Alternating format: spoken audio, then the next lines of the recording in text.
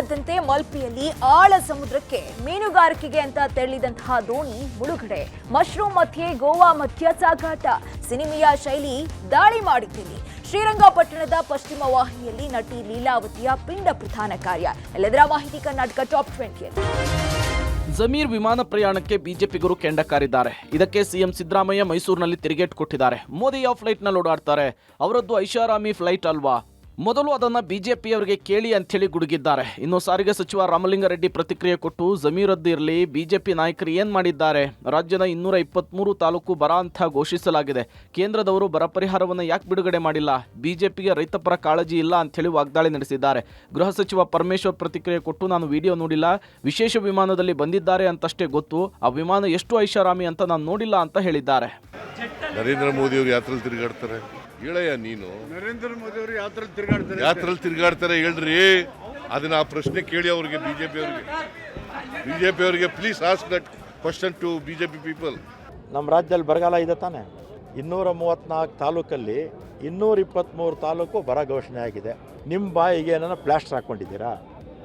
ನೀವು ಯಾಕೆ ಬರಗಾಲಕ್ಕೆ ಹಣ ಬಿಡುಗಡೆ ಮಾಡಿ ಅಂತ ಪ್ರಧಾನಮಂತ್ರಿಗಳಿಗೆ, ಕೇಂದ್ರದ ಗೃಹ ಮಂತ್ರಿಗಳಿಗೆ ಯಾಕೆ ಒತ್ತಾಯ ಮಾಡ್ತಿಲ್ಲ? ನಾನು ನೋಡಲಿಲ್ಲ ಯಾವ ಥರ ಸ್ಪೆಷಲ್ ಪ್ಲೇನ್ನಲ್ಲಿ ಬಂದಿದ್ದಾರೆ ಅನ್ನೋದು ಅಷ್ಟು ಗೊತ್ತು. ಅದರಲ್ಲಿ ಕುರ್ಚಿ ಯಾವ ಕಡೆ ಇದೆ, ಟೇಬಲ್ ಯಾವ ಕಡೆ ಇದೆ, ಅದು ಎಷ್ಟು ಲಕ್ಸುರಿಯಸ್ ಆಗಿತ್ತು ಅನ್ನೋದೆಲ್ಲ ನನಗೆ ಗೊತ್ತಿಲ್ಲ. ಲೋಕಸಭೆಯಲ್ಲಿ ಭದ್ರತಾ ಲೋಪ ಪ್ರಕರಣ ಮತ್ತು 146 ಸಂಸದರ ಅಮಾನತು ಖಂಡಿಸಿ ಕಾಂಗ್ರೆಸ್ ದೇಶವ್ಯಾಪಿ ಪ್ರತಿಭಟನೆ ನಡೆಸಿತು. ಬೆಂಗಳೂರು ಸೇರಿದಂತೆ ಎಲ್ಲಾ ಜಿಲ್ಲೆಗಳಲ್ಲೂ ಕಾಂಗ್ರೆಸ್ ನಾಯಕರು, ಕಾರ್ಯಕರ್ತರು ಪ್ರತಿಭಟನೆ ನಡೆಸಿದರು. ಫ್ರೀಡಂ ಪಾರ್ಕ್ನಲ್ಲಿ ಕೆಪಿಸಿಸಿ ಅಧ್ಯಕ್ಷ ಡಿಕೆ ಶಿವಕುಮಾರ್ ನೇತೃತ್ವದಲ್ಲಿ ಪ್ರತಿಭಟನೆ ನಡೆಸಲಾಯಿತು. ಮೋದಿ ಆಧುನಿಕ ಭಸ್ಮಾಸುರ, ಬಿಜೆಪಿಯವರು ನಕಲಿ ದೇಶಭಕ್ತರು, ನಿಮ್ಮ ಗುಪ್ತಚರ ಇಲಾಖೆ ಏನ್ ಮಾಡ್ತಿತ್ತು ಅಂತ ಕಾಂಗ್ರೆಸ್ ಮುಖಂಡ ಉಗ್ರಪ್ಪ ವಾಗ್ದಾಳಿ ನಡೆಸಿದ್ರು. ಸಂಸತ್ತು ಸಂರಕ್ಷಿಸಲು ಕೇಂದ್ರ ಸರ್ಕಾರ ವಿಫಲವಾಗಿದೆ, ಹೇಳಿಕೆ ಕೊಡಿ ಅಂದವರನ್ನ ಅಮಾನತು ಮಾಡಿದ್ದಾರೆ, ದೇಶದಲ್ಲಿ ಸರ್ವಾಧಿಕಾರ ನಡೀತಾ ಇದೆ ಅಂತ ರಾಮಲಿಂಗಾರೆಡ್ಡಿ ಗುಡುಗಿದ್ರು. ಇನ್ನು ದೆಹಲಿಯ ಜಂತರ್ ಮಂತರ್ನಲ್ಲಿ ಕಾಂಗ್ರೆಸ್ ಅಧ್ಯಕ್ಷ ಮಲ್ಲಿಕಾರ್ಜುನ ಖರ್ಗೆ ನೇತೃತ್ವದಲ್ಲಿ ಇಂಡಿಯಾ ಒಕ್ಕೂಟದ ನಾಯಕರು ಪ್ರತಿಭಟಿಸಿದ್ರು. ಯುವಕರು ಸಂಸತ್ಗೆ ನುಗ್ಗಿ ಸ್ಮೋಕ್ ಬಾಂಬ್ ದಾಳಿ ಮಾಡಿದ್ದಾರೆ. ಇದಕ್ಕೆ ಕಾರಣ ದೇಶದಲ್ಲಿರುವ ನಿರುದ್ಯೋಗ ಅಂತ ರಾಹುಲ್ ಗುಡುಗಿದ್ರು. ನಮಗೂ ಹೋರಾಡುವ ಹಕ್ಕಿದೆ, ಕೊನೆಯುಸಿರಿನ ತನಕ ಹೋರಾಡ್ತೀವಿ ಅಂತ ಖರ್ಗೆ ಆಕ್ರೋಶ ಹೊರಹಾಕಿದ್ರು. ಪ್ರಜಾಪ್ರಭುತ್ವದ ಕಗ್ಗೋಲೆ ಆಗ್ತಾ ಇದೆ. ನೀವು ಹೋಮ್ ಮಿನಿಸ್ಟರ್ ಸ್ಟೇಟ್ಮೆಂಟ್ ಕೊಡಬೇಕು, ಏನಾಯ್ತು, ಹೆಂಗಾಯ್ತು, ಯಾರ ಹಿನ್ನೆಲೆ, ಏನ್ ಎತ್ತ, ಯಾವ ರೀತಿ ಬ್ರೀಚ್ ಸೆಕ್ಯೂರಿಟಿ ಆಯ್ತು ಅಂತೇಳಿ ಒಂದು ಸ್ಟೇಟ್ಮೆಂಟ್ ಕೇಳ್ತಾ ಇದೀವಿ ಅಷ್ಟೇ, ಬೇರೆ ಏನೇನು ಇಲ್ಲ. ಆ ಸ್ಟೇಟ್ಮೆಂಟ್ ಮಾಡಕ್ಕೂ ಕೂಡ ಒಂದು ಸೌಜನ್ಯವನ್ನ ಈ ಸರ್ಕಾರ, ಬಿಜೆಪಿ ಸರ್ಕಾರ ರಾಷ್ಟ್ರದ ತೋರಿಸಲಿಲ್ಲ ಅಂದ್ರೆ, ಅದು ಬಿಟ್ಟು 100 ಜನ ಲೋಕಸಭೆ, 46 ಜನ ರಾಜ್ಯಸಭೆ, ಒಟ್ಟು 146 ಜನ ಸಂಸತ್ ಸದಸ್ಯರನ್ನ ಇವತ್ತು ಸಸ್ಪೆಂಡ್ ಮಾಡಿ ಅಸೆಂಬ್ಲಿನ, ಪಾರ್ಲಿಮೆಂಟ್ನ ಎಲ್ಲಾ ಬಿಲ್ಗಳನ್ನ ಪಾಸ್ ಮಾಡಿಕೊಂಡು ಕ್ಲೋಸ್ ಮಾಡಿದೆಯಲ್ಲ, ಇದು ಪ್ರಜಾಪ್ರಭುತ್ವಕ್ಕೆ ಒಂದು ದೊಡ್ಡ ಅವಮಾನ. ಉಡುಪಿಯ ಮಲ್ಪೆಯಲ್ಲಿ ಆಳ ಸಮುದ್ರಕ್ಕೆ ಮೀನುಗಾರಿಕೆಗೆ ತೆರಳಿದ್ದ ದೋಣಿ ಮುಳುಗಡೆಗೊಂಡಿದೆ. ಅದರಲ್ಲಿದ್ದ 8 ಮಂದಿ ಮೀನುಗಾರರನ್ನ ಬೇರೆ ಬೋಟ್ನವರು ರಕ್ಷಿಸಿದ್ದಾರೆ. ಕಡೇಕಾರು ರಕ್ಷಣಾ ಸಂಸ್ಥೆಯ ಶ್ರೀನಾರಾಯಣ ಎಂಬ ಬೋಟ್ ಡಿಸೆಂಬರ್ 12ರಂದು ರಾತ್ರಿ ಮಲ್ಪೆ ಬಂದರಿನಿಂದ ಮೀನುಗಾರಿಕೆಗೆ ತೆರಳಿತ್ತು. ಆದರೆ ಡಿಸೆಂಬರ್ 19ರಂದು ಬೆಳಗ್ಗೆ 6:30 ಸುಮಾರಿಗೆ ಮೀನುಗಾರಿಕೆ ನಡೆಸ್ತಾ ಇದ್ದ ವೇಳೆ ದೋಣಿಯ ತಳಭಾಗಕ್ಕೆ ಬಂಡೆ ಒಡೆದು ನೀರು ನುಗ್ಗಲು ಆರಂಭಿಸಿತ್ತು. ಸಿಬ್ಬಂದಿ ಕೂಡಲೇ ವೈರ್ಲೆಸ್ ಸಂಪರ್ಕ ಬಳಸಿ ಇತರೆ ಬೋಟ್ಗಳಿಗೆ ಸಂದೇಶ ರವಾನಿಸಿದ್ದಾರೆ. ಶ್ರೀ ಮೂಕಾಂಬಿಕಾ ಅನುಗ್ರಹದ ದೋಣಿಯಲ್ಲಿದ್ದವರು ಸ್ಥಳಕ್ಕೆ ಧಾವಿಸಿ 8 ಮಂದಿ ಮೀನುಗಾರರನ್ನ ರಕ್ಷಿಸಿದ್ದಾರೆ. ಈ ಘಟನೆಯಿಂದ ಸುಮಾರು 18 ಲಕ್ಷ ನಷ್ಟವಾಗಿದೆ ಅಂತ ಅಂದಾಜಿಸಲಾಗಿದೆ. ಆಯತಪ್ಪಿ ಬಿದ್ದ ಬೈಕ್ ಸವಾರನ ಮೇಲೆ ಹಿಂಭಾಗದಿಂದ ಟ್ರಕ್ ಹರಿದು ಸ್ಥಳದಲ್ಲಿಯೇ ಸಾವನ್ನಪ್ಪಿರುವ ಘಟನೆ ಉತ್ತರ ಕನ್ನಡದಲ್ಲಿ ನಡೆದಿದೆ. ಕಾರವಾರ ನಗರದ ಹಬ್ಬುವಾಡದಲ್ಲಿ ಅಪಘಾತಕ್ಕೆ ದೇವಳ ಮಕ್ಕಿ ಗ್ರಾಮದ ಶಾಲೆಯ ಹೆಡ್ ಮಾಸ್ಟರ್ ಉಮೇಶ್ ಗುನಗಿ ಸಾವನ್ನಪ್ಪಿದ್ದಾರೆ. ಟ್ರಕ್ ಚಾಲಕನನ್ನ ಪೊಲೀಸರು ವಶಕ್ಕೆ ಪಡೆದುಕೊಂಡಿದ್ದಾರೆ. ಖಾಸಗಿ ಬಸ್ ಮತ್ತು ಬೈಕ್ ನಡುವೆ ಅಪಘಾತ ಸಂಭವಿಸಿ ಸವಾರನಿಗೆ ಗಂಭೀರ ಗಾಯವಾದಂತಹ ಘಟನೆ ಮೈಸೂರಿನಲ್ಲಿ ನಡೆದಿದೆ. ಟಿ ನರಸೀಪುರ ಮುಖ್ಯ ರಸ್ತೆಯ ಇಂಡವಾಳು ಗ್ರಾಮದ ಬಳಿ ಅಪಘಾತ ಸಂಭವಿಸಿದೆ. ಬೈಕ್ ಸವಾರ ಜಯಶಂಕರ್ ರಾಯರಹುಂಡಿ ನಿವಾಸಿಯಾಗಿದ್ದು, ಅಪಘಾತದ ದೃಶ್ಯ ಬಸ್ನ ಸಿಸಿಟಿವಿಯಲ್ಲಿ ಸೆರೆಯಾಗಿದೆ. ಟಿ ನರಸೀಪುರ ಪೊಲೀಸ್ ಠಾಣೆಯಲ್ಲಿ ಈ ಬಗ್ಗೆ ಪ್ರಕರಣ ದಾಖಲಾಗಿದೆ. ಇನ್ನು ಮನೆಯ ಮುಂದೆ ನಿಲ್ಲಿಸಿದಂತಹ 3 ಬೈಕ್ಗಳಿಗೆ ತಡರಾತ್ರಿ ಕಿಡಿಗೇಡಿಗಳು ಬೆಂಕಿ ಹಚ್ಚಿರುವಂತಹ ಘಟನೆ ಹಾವೇರಿ ಜಿಲ್ಲೆ ರಾಣೆಬೆನ್ನೂರು ನಗರದ ನಾಡಿಗೇರ ಓಣಿಯಲ್ಲಿ ನಡೆದಿದೆ. ಸಿದ್ದಪ್ಪ ಪೂಜಾರ ಅನ್ನೋರಿಗೆ ಸೇರಿದಂತಹ 3 ಲಕ್ಷ ರೂಪಾಯಿಗೂ ಅಧಿಕ ಮೌಲ್ಯದ 3 ಬೈಕ್ಗಳು ಸುಟ್ಟು ಕರಕಲಾಗಿವೆ.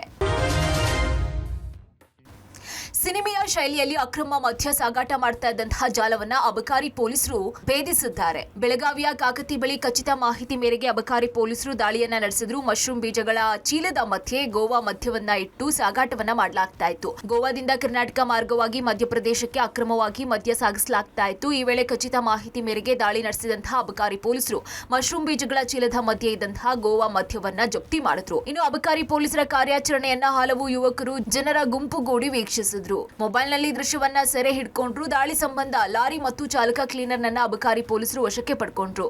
ಯರಹಟ್ಟಿ ನಿವಾಸಿ ಮೆಹಬೂಬ್ ಹಾಗೂ ಬಾಗಲಕೋಟೆ ಮೂಲದ ಆಸಿಫ್ ಇಬ್ಬರನ್ನ ಅಬಕಾರಿ ಪೊಲೀಸರು ವಶಕ್ಕೆ ಪಡೆದು ವಿಚಾರಣೆಯನ್ನ ನಡೆಸ್ತಾ ಇದ್ದಾರೆ. ಸೈಡಲ್ಲೂ ಸಹ ಮಧ್ಯದಲ್ಲಿ ಮಾತ್ರ ಮದ್ಯದ ಪೆಟ್ಟಿಗೆಗಳನ್ನು ಹಾಕಿದ್ದಾರೆ.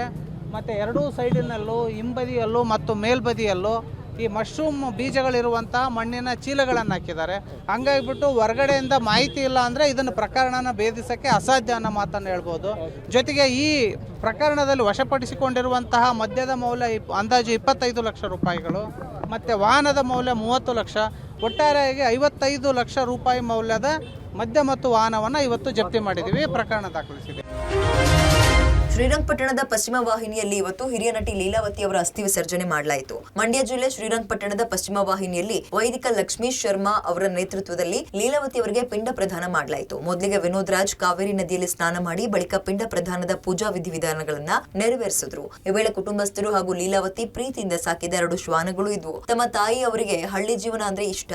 ಅದಕ್ಕಾಗಿ ನಾವು ತೋಟದ ಮನೆಯಲ್ಲಿ ವಾಸವಿದ್ವಿ. ಪ್ರಾಣಿ ಪಕ್ಷಿಗಳನ್ನ ಕಂಡ್ರೆ ಬಹಳ ಪ್ರೀತಿ ಮಾಡ್ತಿದ್ರು. ಮನೆಗೆ ಯಾರು ಬಂದ್ರೂ ಊಟ ಹಾಕದೆ ಕಳಿಸ್ತಾ ಇರ್ಲಿಲ್ಲ. ಎಲ್ಲರಿಗೂ ಊಟ ಹಾಕಿ ಕಳಿಸ್ತಾ ಇದ್ರು. ಇವತ್ತು ನಮ್ಮ ತಾಯಿಗೆ ಕಾವೇರಿ ನದಿಯಲ್ಲಿ ಪಿಂಡ ಪ್ರದಾನ ಮಾಡಿದ್ದೇನೆ. ಪಕ್ಷಿಗಳ ರೂಪದಲ್ಲಿ ಇದನ್ನ ನಮ್ಮ ತಾಯಿಯೇ ತಿಂದಿದ್ದಾರೆ ಅಂತ ಭಾವಿಸಿದ್ದೀನಿ. ಯಾವಾಗ್ಲೂ ನಮ್ಮ ತಾಯಿ ನಮ್ಮೊಟ್ಟಿಗೆ ಇರ್ತಾರೆ ಅಂತ ನಂಬಿದ್ದೀನಿ ಅಂತ ನಟ ವಿನೋದ್ ರಾಜ್ ಹೇಳಿದ್ರು. ನನ್ನ ತಾಯಿಯವರು ಕಿಟಕಿ ಹತ್ರ ಮಲಗಿರುವಾಗ ಯಾವಾಗಲೂ ಬಂದು ಕಾಗೆ ಮರೆಯೋದಿಲ್ಲ. ಆ ಕಾಗೆಗೆ ಏನಾದರೂ ಹಾಕಿ ಅಂತಂತ ಹೇಳೋರು. ಇವತ್ತು ಅವರೇ ಆ ರೂಪದಲ್ಲಿ ಬಂದು ಸ್ವೀಕರಿಸಿದ್ದಾರೆ. ಆಮೇಲೆ ಪ್ರಾಣಿಗಳ ಮೇಲೆ ಇಷ್ಟ, ನಾಯಿಗಳ ಮೇಲೆ ನಾಯಿಗಳು ಸ್ವೀಕರಿಸ್ತಾ ಇದ್ದಾವೆ. ಇದೇ ಆ ರೂಪ, ಇದೇನೇ ಅದು ಶಿಸ್ತು. ಪಶ್ಚಿಮ ಕಡೆ ಹಿಡಿತಕ್ಕಂಥ ಇದರಲ್ಲಿ ಇದನ್ನ ಬಿಟ್ಟರೆ ತುಂಬ ಪುಣ್ಯ. ಇದು ನೆಟ್ಟಿಗೆ ಸ್ವರ್ಗಕ್ಕೆ ಹೋಗ್ತಾರೆ ಅಂತ ಹೇಳ್ಬಿಟ್ಟು ಹೇಳುವಂಥ ಮಾತು.